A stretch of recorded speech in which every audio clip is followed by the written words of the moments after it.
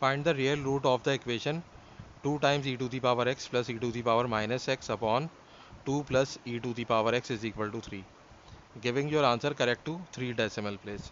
तो हमारे पास ये एक इक्वेशन है जो कि एक्सपोनेंशियल फंक्शन जिसके अंदर मौजूद है, और हमें इसको सॉल्व करके 3 डेसिमल प्लेस में आंसर देना है।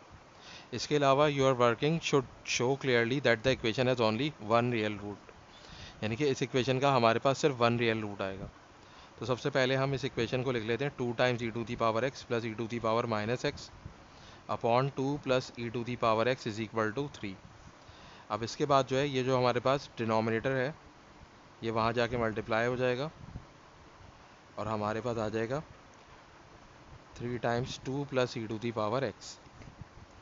तो ये साइड एज इट इज़ रहेगी 2 e to the power x plus e to the power minus x is equal to 3 times 2 6 हो जाएगा और 3 times e to the power x आ जाएगा। फिर इसके बाद जो है हम इसको ऐसे लिख सकते हैं कि 2 e to the power x हम उस साइड पे ले जाएंगे और वो वहाँ पे जाके माइनस हो जाएगा,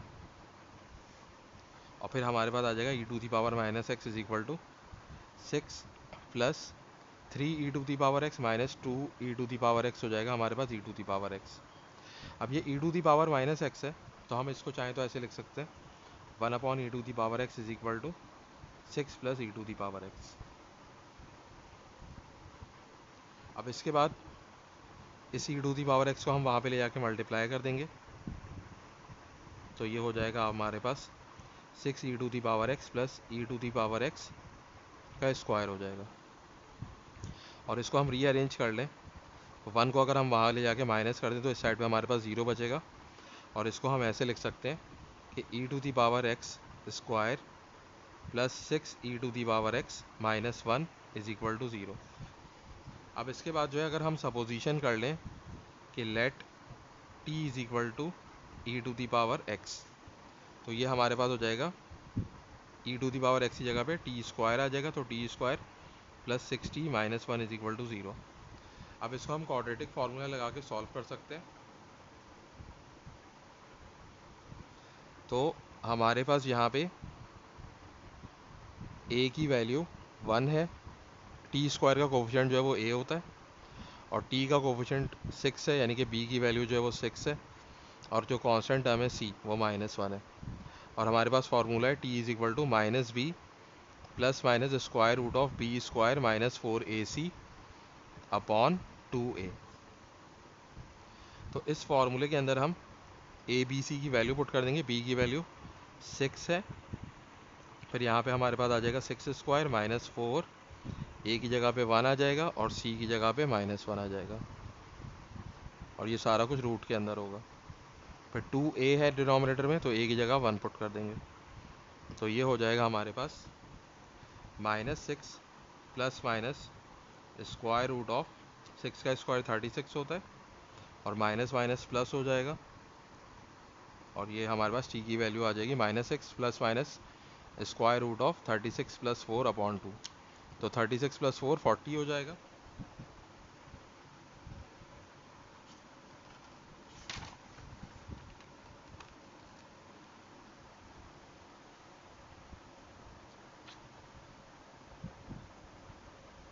तो सबसे पहले हम वैल्यू लिख लेंगे t is equal to -6 plus minus 40 upon 2।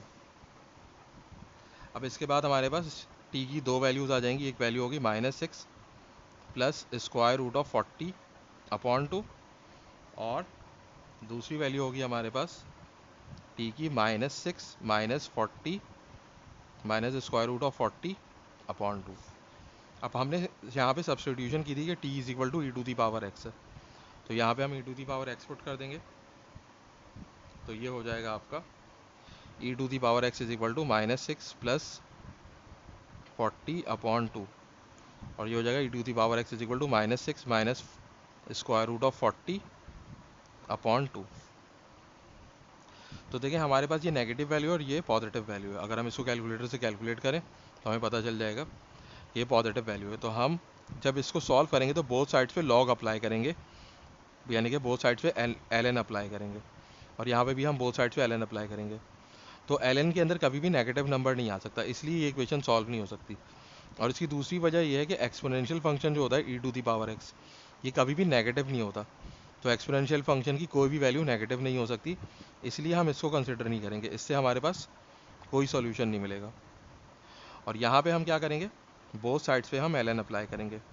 तो ln e to the power x is equal to ln of -6 plus square root of 40 upon 2।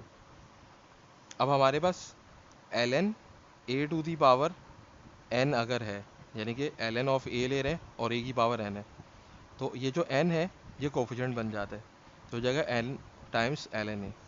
तो यहाँ पे हमारे पास जो ये ln e है, इसके ऊपर पावर x है, तो ये पावर जो है वो क्या बन जाएगी, कोफिशिएंट बन जाएगी।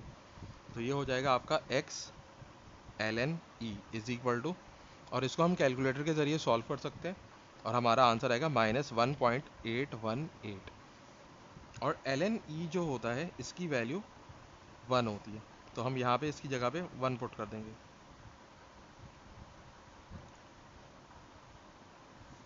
तो x को 1 से मल्टीप्लाई करेंगे तो x हो जाएगा ये। तो x इज इक्वल टू -1.818, ये हमारा रिक्वायर्ड आंसर है।